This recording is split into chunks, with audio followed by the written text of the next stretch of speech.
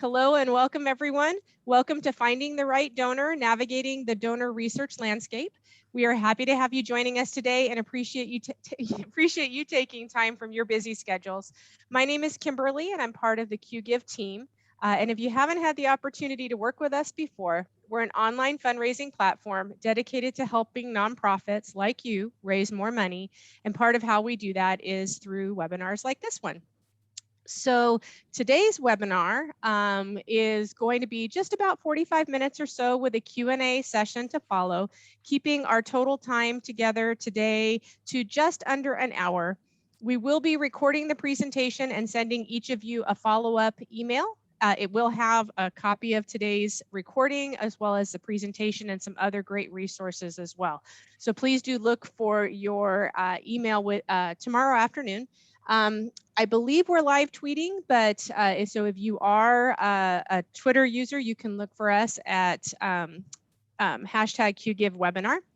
If at any point you have any questions, please go ahead and pop those into the Q&A session of the bar, because we will be fielding those at the end of our presentation.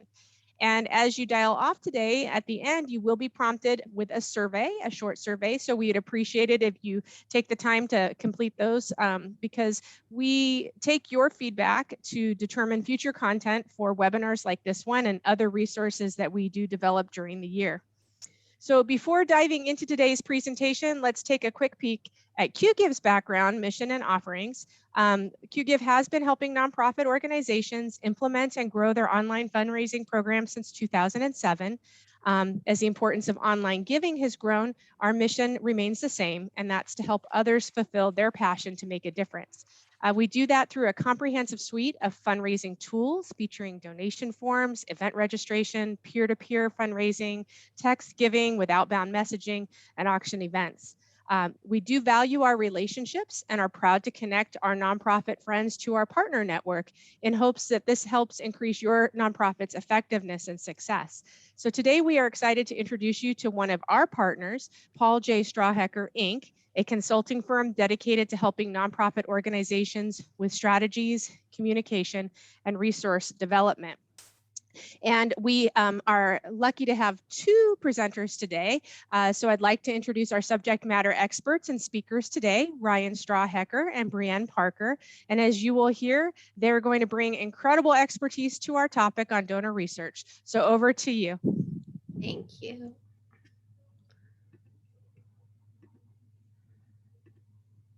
All right, well, thank you all for joining us today. We do have a fun presentation planned, and I did just want to let everyone know that we did reserve some time at the end of it to go over any questions that anyone has.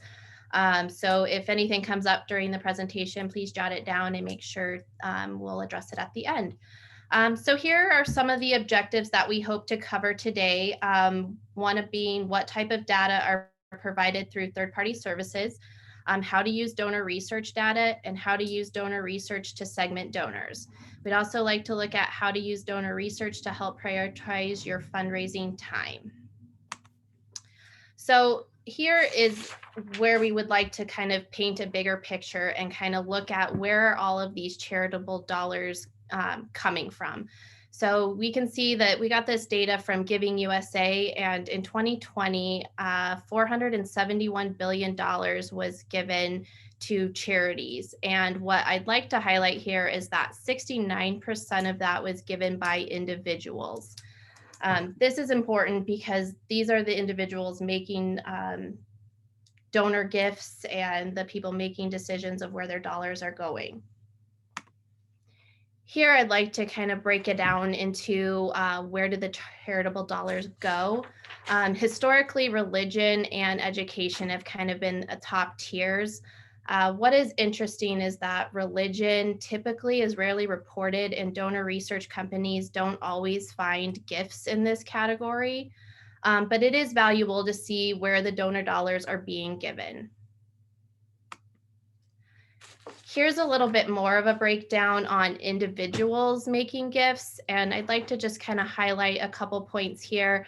So overall overall giving has steadily increased over the years. What's interesting is that the amount of gifts given by individuals has decreased over the years. We believe that maybe a major contributing factor of this is just the vehicles by which people are giving. So more people are giving through family foundations, community foundations, trusts, and so on. All right, so kind of diving into the landscape for donor research and how that has changed over the years. 15 years ago, wealth research really existed by simply looking up property values for individuals and kind of basing, estimations on capacity on that. Over the last 5 to 7 years, the ability to do mass research through third-party organizations has really changed and benefited nonprofits. It's rarely the case that organizations are staffed with a person to spend the time to kind of look up these people individually and find this information. But the third-party researchers are looking for public information on prospective donors more and more than ever, and people are posting information on public forums like Facebook and LinkedIn. This information is really helpful because it does take the guesswork out of knowing our donors and knowing like their giving capacities, their giving histories and interests. It definitely makes approaching donors for gifts a lot easier because there's a level of knowledge that maybe you didn't have before going into this. So what companies are out there doing this work? So we looked into a few, and something to note is just that these third-party organizations, they have really worked hard over the years to make several advancements in their donor research abilities. Here are a few companies that we did look into just to kind of highlight some of the more well-known ones. Kind of goes back to all the way to 1970 and so on. If you would like at the end of this presentation, or I think QGIV has these slides on their website, you can click on the little icons on the bottom here and you're able to link to their home pages. One of the trends that is good to note is that a lot of these companies are forming partnerships with CRMs and integrating with databases more often. And so it's a good conversation to have with how they can help you. Types of data provided by third-party services. I would like to say that you can find so many different pieces of data on potential donors just with what is available publicly. Here were a few things that I wanted to note of things that third-party services are able to offer. One being wealth ranking for a major gift capacity, the likelihood of making a major gift based on internal and external giving histories, estimated 5-year giving capacity based on wealth data, giving interests of your donors, political gifts, which this is interesting because I have heard that if an individual has given over $2,500 in political giving over their lifetime, that they are 14 times more likely to give a donation than somebody who has not. So I know donor research companies do look at this, and it's an interesting fact. Also looking at foundation connections and also the upper range of largest external gifts found. And like I said, this is all through public information that this is gathered. So I guess now the question is, what do we do with this information? Okay, thanks, Brianne. So I'm going to jump in for a while here and learning more about our current donors. So Brianne walked through some of the things that you might be looking for. And, at our firm, we've talked to several organizations over the years, and people are asking us, what does donor research do? What should I be doing with it? And so we're talking to a lot of that in our presentation today. And so a lot of people, the questions that they're asking when they want to think about donor research on a mass scale or just to understand what their options are. They ask questions of themselves, why are our donors supporting our organization? Who are our donors? What are their interests? Who are they giving to? How much are they giving? And that's very common because people want to know, hey, I have XYZ donors in my database, but I know they give more money to other organizations. And they want to understand that and understand who their people are and what their real interests are. So these are the types of questions that we usually are hearing from people that are interested in donor research. I'm going to spend a few minutes on this slide, and the reason is because I think it's very revealing for what donor research can do for you. So on the slide, we have 8 examples, and this actually is real data, names removed, of course, that are basically a random selection. The 8 names here obviously are all people that have made charitable gifts. If you look at the columns and you're looking at this and kind of examining it, you'll see that, you know, donor number 8 or donor number 6, I should say, $11,000 in charitable gifts that were publicly available to one of the donor research companies who did this data. And so that's the baseline, right? Everybody on this list has made more than $10,000 in giving. But you start to develop your own story and understanding who these people are, and then you start to see trends. And so right away, you might notice, hey, of the 8, 2 of them, we ended up getting information about their age. And a lot of people would love to have ages or age ranges in their database for a variety of reasons we will probably hit on in a few minutes. But the other key one that is always great for folks to know is the next column over. There's 3 people here, two yeses and 1 maybe, that are involved in a foundation. So how does that come about? Well, you know, being on a foundation board is public knowledge, and therefore, in the filed, you know, knowledge, therefore, you know that, you know, who's on them. Now, number 3 there is involved in a foundation that has $17 million of assets. So what you find with donor research is it always tells you something you didn't know. And there's also things that you knew, especially with major donors and donors that you are used to talking to or already know much about, that, you know, that donor research doesn't find. So it's a puzzle you're putting together from both facts. But, you know, the donor research is based on public information, so it's only finding the public information. So it doesn't have, you know, a foundation corpus for those 2 foundations, but it does for one of them. It's still helpful for you. And so you look at this list, and you know, we probably all would have different degrees of what it all means to us.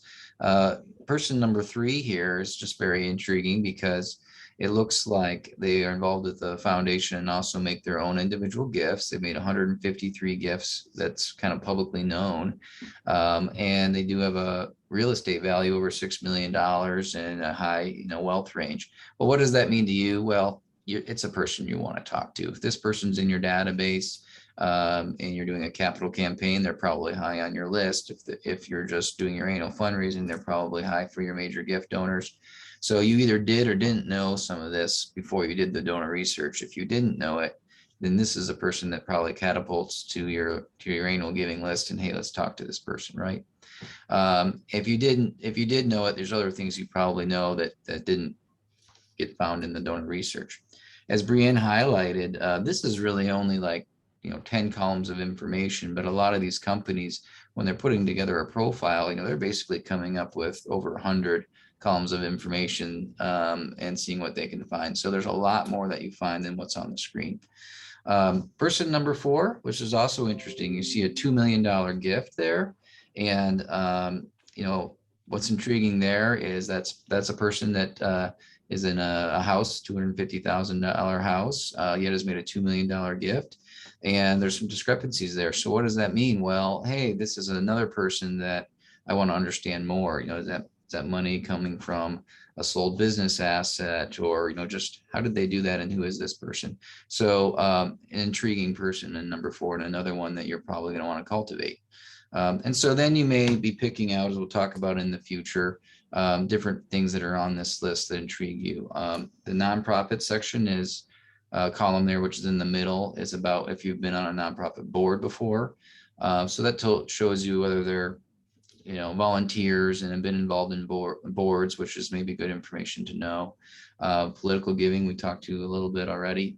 And then the largest gift information is always key for people. You know, I can't tell you how many times working in nonprofits myself or as a consultant, right? You hear so-and-so is wealthy, and, you know, what does that really mean?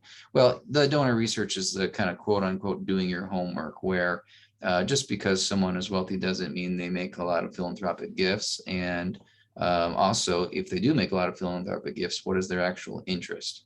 So these are the types of questions and things we're trying to answer in donor research. Thank you. So, as you're doing the research, you then are thinking, well, how should I be segmenting this list? And what we're really talking about right now is mass research where, let's say you have 3,000 donors or names in your database. Some people have 10,000, it all depends. Some people have 300. But how do I segment this, massive information or names that I have into different groups that are valuable for me as I'm doing my annual giving plan, for instance, or my development plan? So, things that you might be looking for are, hey, I might need to add a new board member in the next year. And so getting that information about who's been board members before is helpful for you. Giving categories is actually segmenting donors by the type of organizations they're giving to. So the donor research company is going to take your organization and bucket it into something. They might bucket you as a religious organization or an education organization or a youth organization, social service, something like that. And so then when it's finding the public gifts, it's also bucketing what kinds of gifts a donor gives to. So it'll start highlighting that this donor is giving majority of their funds to education, et cetera. So it would be valuable for you to segment mass research by the giving category. If you're an education organization, you want to see who are the top education donors in your list. So great information to know. Age is always valuable, and another reason to segment, maybe you're going to cross-reference age with something else. Maybe you're interested in developing a little bit of a plan giving portfolio. There's several reasons to look at age. Maybe you want to do a YP, Young Professionals event. So lots of reasons to segment that way. The SEC stock video, kind of skipping over political giving there. Maybe you want to do a mailing about stock gifts once a year or something like that. Well, SEC stock value is an interesting one because it's about who is a big enough share in a company or enough stock that they have to publicly report it. And folks do have to publicly report it. And you may find in your database that there's 10 people that have to publicly report their stock value. And that's pretty important information that tells you that's a pretty wealthy individual probably, and someone that's going to be in your major gift portfolio, hopefully. Real estate values, you take those, it's an indicator of wealth in a way, but it's not necessarily an indicator of how charitable a person is. And also an interesting thing about that is, if a person's wealth is tied into real estate, then they don't have a lot of cash to give to charities. So there's just a lot of variables, but always interesting to see all the data pulled together.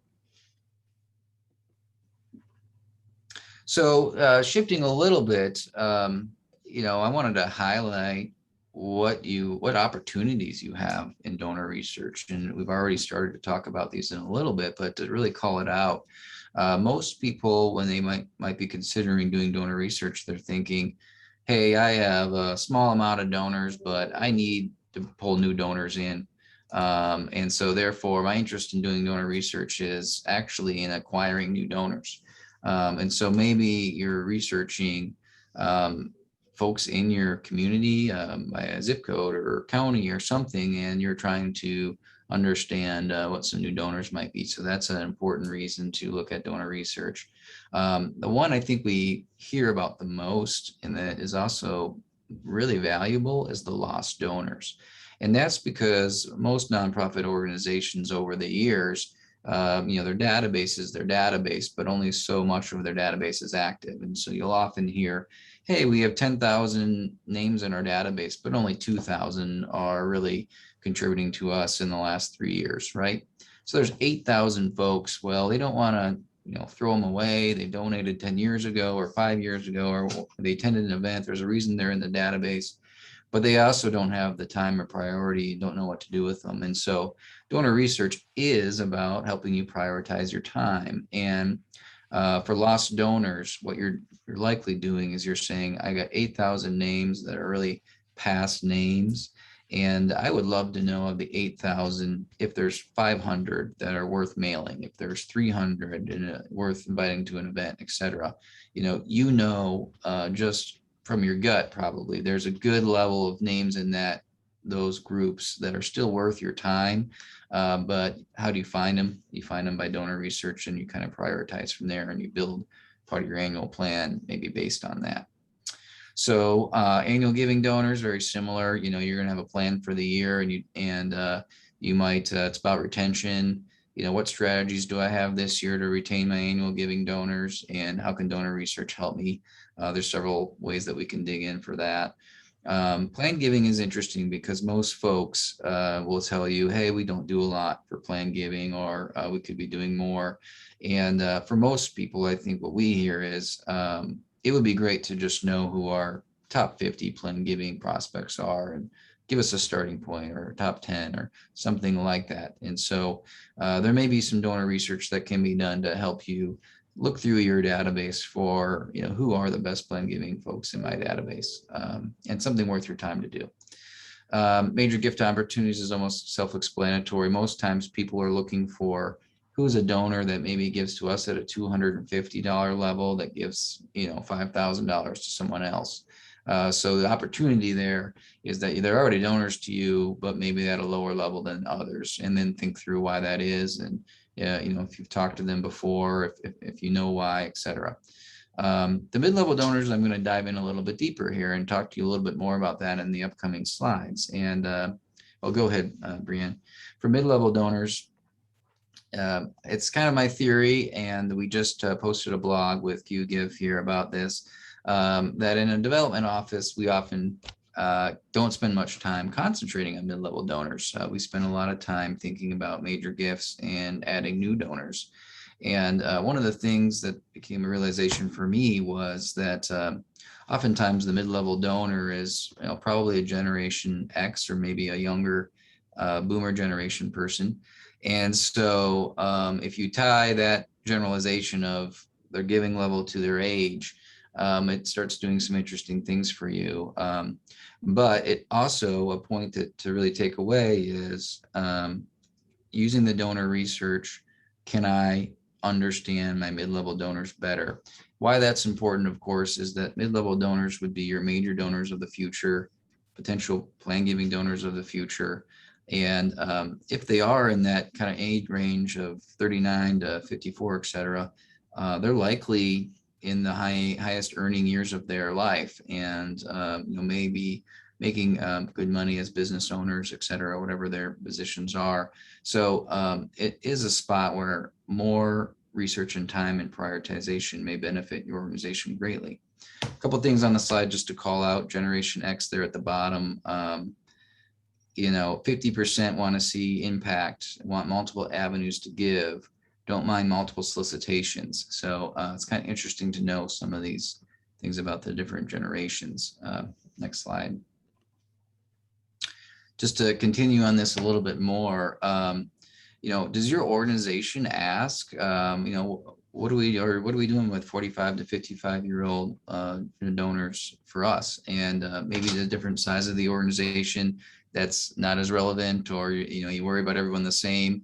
But again, I've just noticed there's a lot that people do for young professionals and for major gift donors, but this age range does have money to give to charities.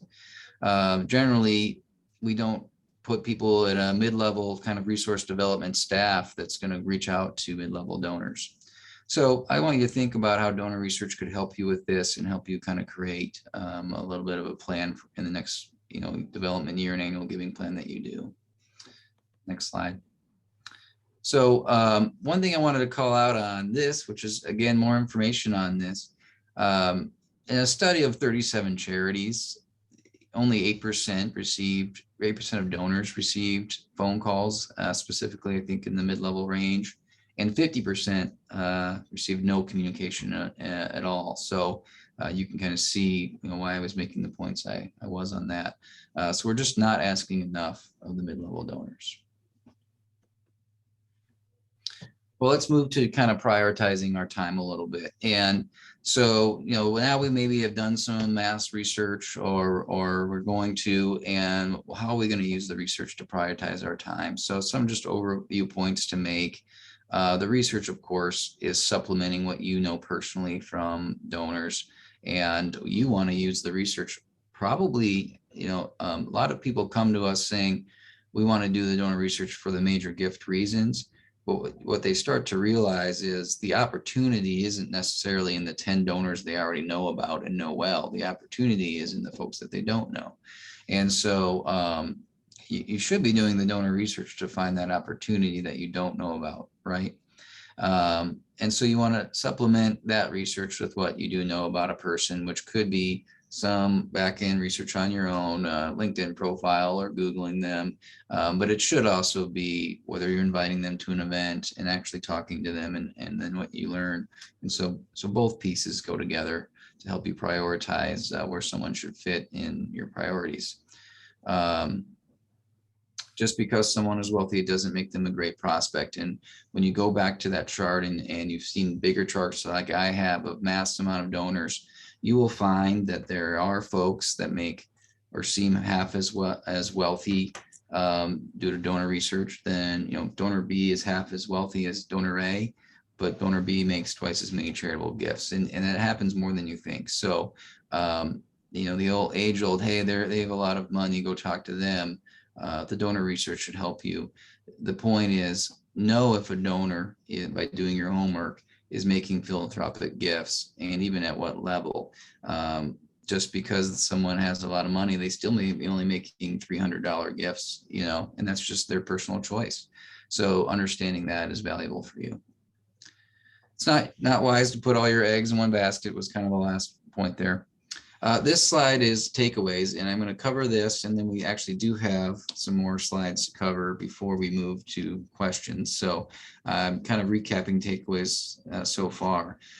You need to do donor research to understand your potential, and here's what we kind of think of what that is: the new donor opportunities, the lost donor opportunities, the mid-level, the major gifts, and the planned giving. So that's really where most people want to do donor research to understand more about their database.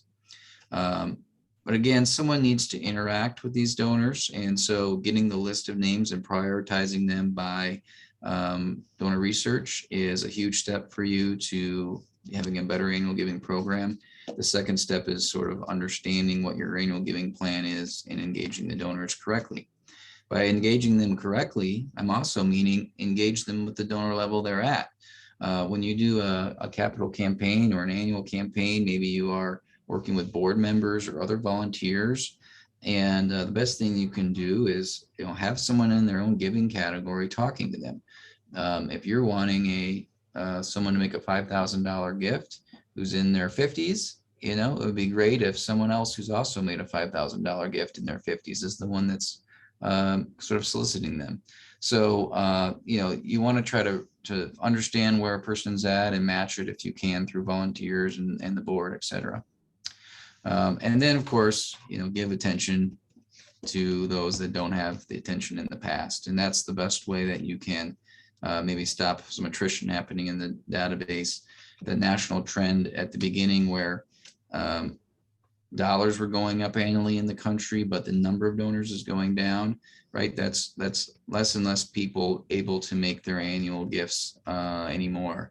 And so all we can do in fundraising is spend attention and invite them to events and send them our newsletters and everything that we do and communicating with them. So prioritizing the time and giving them attention. So these points then are things to think about after your research is done. And so if I haven't fully covered it, when I think of donor research, I'm thinking of the fact that there is donor research that can be mass done, where I can go and I can get through a third party research on 10,000 names in 2 weeks or less. And the other way to do it, which we've maybe lightly covered, is that the partnerships that have been developing in this area between donor research companies and CRM companies is that there are a lot of CRMs now that have donor research in the CRM, and that's at varying level degrees and different partnerships. So what that means is, for most, at least my understanding is, maybe you're logging into your database and you have an individual profile from a donor research company, or maybe you're logging in and you have just 3 or 4 key facts that the donor research company is pulling for you. So there's a lot of different purchases and things that you can do through your CRM that might have a partnership that gets you some level of detail. And when you are working with a third party, you may actually do a subscription on your own that gives you access to the mass research in a different way. So now that you've done research and maybe you have some of the mass research in front of you, these are the steps that you're going to be considering when you're developing your development plan. You want to increase communication where it makes sense, with the donors that it makes the most sense. You're going to think about how the donor research might inform special events. Maybe through donor research, you found 10 new names that you've never invited to an event before. And you say to yourself, man, this year I've got to invite these 10 people because this is a missed opportunity. We need to start engaging them.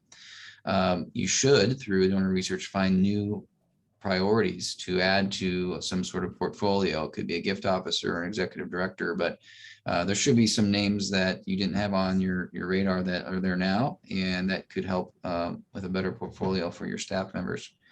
And then this next one is interesting, group dynamics. It's about kind of thinking through your guilds and your development committee and how does the donor research benefit those groups and those dynamics. Another point is the social network. Social service circles are important in fundraising. There's a lot of things that you can do to engage one person that's then going to go engage several of their friends. And so you can think through that. And donor research, it allows you to say to a chairperson out of a committee, hey, here's 10 names. Do you know any of these people? They seem like people that would be good for you to talk to. So that can help there. The financial planning method is an interesting one. That's the age-old talking to a donor and asking for 5 other people that you could talk to. And some people do that. And the point about that is, as you're gathering new names in the community or new potential donors, the ability to do some research on them before you spend much more time on them is valuable. Social media, direct response, this is online marketing, and you might have emails or prioritize someone differently from the donor research and put them in a pipeline differently there. And then just concentrating on your appeals. Maybe your mailing appeals are going to mail new donors from the research that you've done. So these are common methods that you might build into your development plan from the research. So we're wanting to leave plenty of time for questions and immediate actions you can take that we wanted to present you with. Number one, see what partnerships, most people on the call, I would assume, have a CRM, a database that they're using. So see what partnerships, if any, your database has for donor research. It may be a way for you to access some simple donor research in your database if you aren't using that as well. If you are using it and you don't think it's enough, there's probably other ways that you can think through that. And so that's something to know. Number two, segment out your mid-level donors. We talked about that a little bit, that's an opportunity for most organizations. So segment those, think about them and create a plan for them, and then how to engage that. Number three, talk with your team about your 2022 goals or next fiscal year goals, et cetera, and think through as you were creating a plan, where would donor research help me in the next year, help me spend time more adequately. And just thinking through that plan will inform, what you might do with the research once you get it. And then, of course, strategize on how changing mailings in the event invite list would change if you had additional research. And understanding that gives you a pretty easy to do, like, if I'm trying to invite and get a couple more teams to a golf tournament, et cetera, or my annual gala, if I have 50 new names from donor research to send a mail or two, I'm probably going to get 10 more people there. So things like that. And that's all discussions that you can have kind of immediately as you're planning for the future. That would include donor research. All right. So if you guys are interested in learning more about your donors, today for all of the participants, we are offering a call for a 30-minute consultation with a member of our team. We can help, just have an open conversation of what you're looking for, how we can help or guide your fundraising activities.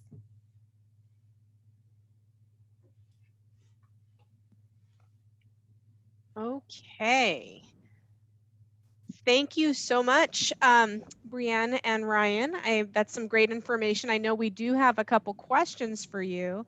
If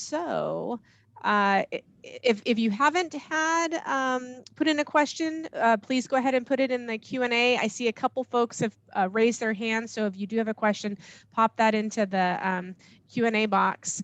Natalie actually has a couple really good questions, so we'll start with hers. She said, I rarely have used a third-party donor research entity. What are the costs? And what is the likelihood that their information will translate into actual donations? Okay, so I don't have a most recent cost for those companies we listed, but I do think they're all fairly similar, and they all are very competitive. They're competing against each other, and that's a good thing for us in the field because the products are getting better, and they have to be competitive in pricing.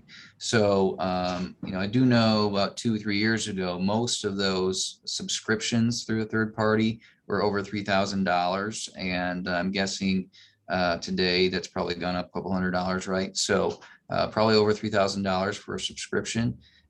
Purchasing a third-party subscription really has to do with the level of your nonprofit. How big are you? How many donors do you have? I mean, there's certainly a point where it makes a lot of sense to invest in that.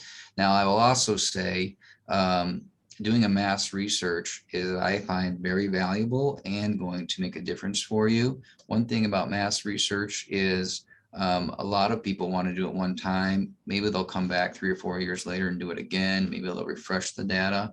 But doing mass research one time doesn't mean that you have to have this subscription every year. That's a choice that you make. So if it's been a long time since your organization has done this, it's worth talking through. Okay. Natalie had a follow-up question. As a one-person development shop, what strategy gets us the most bang for the buck? Yeah.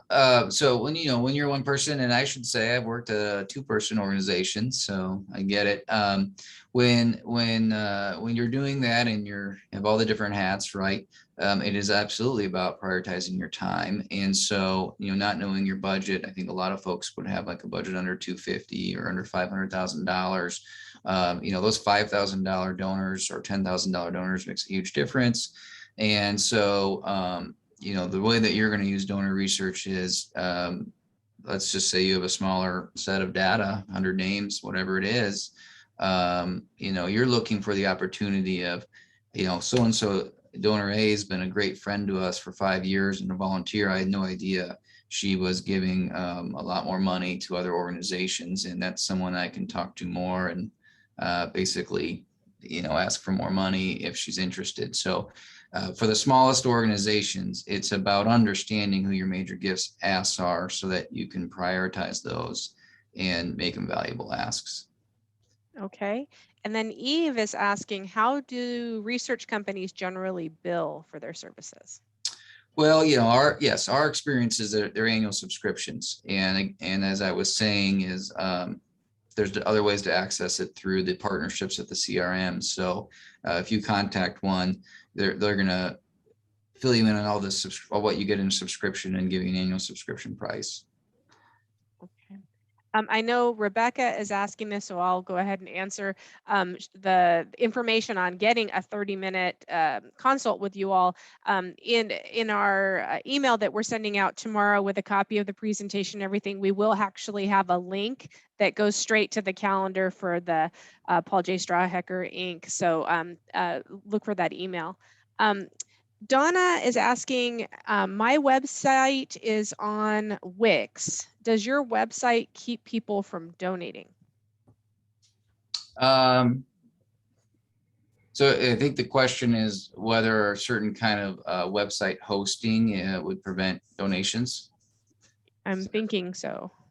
And actually, Kimberly, you might have some thoughts on that. And I invite Jack, also one of the QGIve team members, to jump in. To my knowledge, no. I'll take this one, Kim. Yeah. I'll be happy to take this one. Yeah, typically, a website should not be limiting any type of donations. And all I can really speak about is how QGIve does it. And of course, everything that we do is on secure servers. Excuse me. And everything we do is on secure servers. And basically that we take care of the entire transaction for you, which is completely, secure, completely, away, but yet still branded to match your existing website. And so that those kind of troubles will never, ever exist with us. Right, because the donation form is actually embedded on your website, but it goes to our Secure servers platform. to process and et cetera. So hopefully that helps. If you do have a follow-up question, Donna, while we have time, please go ahead and put that in there. Natalie is asking, we have a $1.1 million budget with only myself and the ED as the team members that raise the money. We are responsible for the programming and a staff of 10. I think that was her follow-up statement from earlier, because she was the one that was kind of asking about the development and the strategy. So I don't know. Well, I was smiling because I've been in that situation myself, and right, you're doing a lot, and also, you're probably not even a full job of fundraising. So, what happens there is the price to buy a subscription. You might think about that and say, I'm just not sure that we have, $3,000 is a chunk of change, perhaps for you. So that's a decision to make. One of the things that we do is we do have some partnerships and maybe we can help there. But regardless, I think with that kind of budget, it's still $1 million to raise, and it's only 2 people that are probably doing it. You're probably relying on some board members. Hopefully there's some committee members and other volunteers involved. But I absolutely think the donor research is going to help you prioritize how to raise that $1 million. Gotcha. We're running, I think the questions that are live, that was the last one, but we did have a couple that were submitted earlier. So how long does it take to get donor research through a third party? Yeah, the companies are set up to help you right away. And so I think my experience with a couple of them is similar. You're going to get a subscription which has an interface, and that allows you to look people up one by one, for the most part, however you want. Nobody really wants to do that because no one has the time to do that. But if you are going to meet with someone for lunch and you think about it in the morning and you want to pop in there and put their name in, that's something you can do. But within a week to 2 weeks, the companies are really able to look at, you submit information in some form from your database to them, and they come back with the research back within a week or 2. So that's the biggest advancement. I've been in nonprofit field since 2004, and the ability to get that mass research is just like a life changer, because you never could do that before. So I'd say that's 5 to 7 years that changed, and it's just, all the big organizations are doing that. University, a lot of the United Ways, just the bigger organizations would do that. And so why wouldn't they, right? And so it's something to stay competitive in a way, to be able to know what's valuable for you. And then Natalie is saying, is it wise to spend more to make more? We use QGIve and Bloomerang. Do you partner with a donor research company? Well, so I have worked at 3 different nonprofits, and that's where I got really interested in all of this, because without giving the nonprofit away, well, actually 2 of them, we were wasting our time. In that we had a lot of, the first organization, we had a lot of $100 donors, and even nationally, and we didn't have a clue, what the difference between one $100 donor and another one was. At the second organization, we had a decent amount of $1,000 donors, but still similar We might know more about that $1,000 donor, and we had some programs, which is kind of the mid-level thing that we were talking about. But again, we knew very little. And so, choosing who you're going to call on a random Friday from one 1,000 donor and another, or one $100 donor and another, it's just shot in the dark at that point. And some, that one of those situations, we would actually try to travel, nationally. And without doing that donor research, me setting up a visit to make donor visits in another area of the country, I'm wasting my time because I don't know enough about the people. Good point. Can you explain the difference between having an account with a donor research company and getting information that way versus a database partnership? Right. Yeah. I mean, we've talked about it more specifically. So when you have an account, it's a different interface and a different way to access the information. And what really that does for you is you can manipulate it differently. If you're working through a CRM and, hey, you happen to pop into John Smith's profile and you get some information from them, that's great, but it doesn't allow you to necessarily manipulate his information versus another person's information. And that's what the account would do, where it might do an executive profile where it's going to say, here's 1,000 donors you researched, and here's themes and information that it's pulling together for you in like a report that you would share with the board, et cetera. So there's just more features that are happening and a bigger ability to manipulate the data. I think in most of these services, you're also able to download that data into Excel. And so, you can keep that on your own server, manipulate it a different way. Again, that's like, hey, this year I've got 40 people I want to invite to a special event that I've never, why don't I do an event for people that have never come to something before? And let me find 40 people to invite. So there's a lot of manipulation that you can do through that subscription that allows you to do things you haven't done before. Gotcha. And then I know, here we are coming up on year end. So how would you use donor research to inform an end of year mailing appeal? Yeah. Well, this is a valuable point or reason for the research. Probably many of us have done an annual appeal, and certain percentage of donors give back the same amount every year, et cetera. So a lot of times in an annual appeal, we'll put in an ask amount. We're basing that ask amount off of last year's appeal. We're increasing it 5%, et cetera.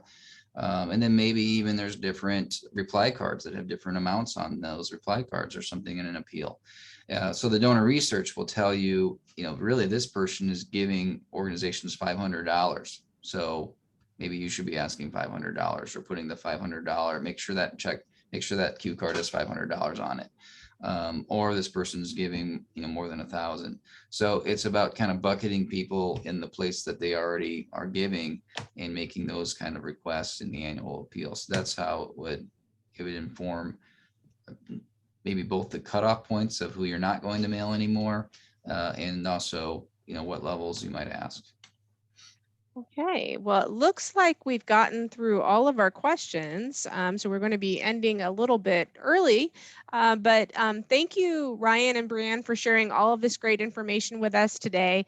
Thank you to everyone for joining us. Again, we are going to email out a copy of the presentation, a recording, links to all the different things we've discussed, some resources, and that's going out tomorrow afternoon. So please be on the lookout for that.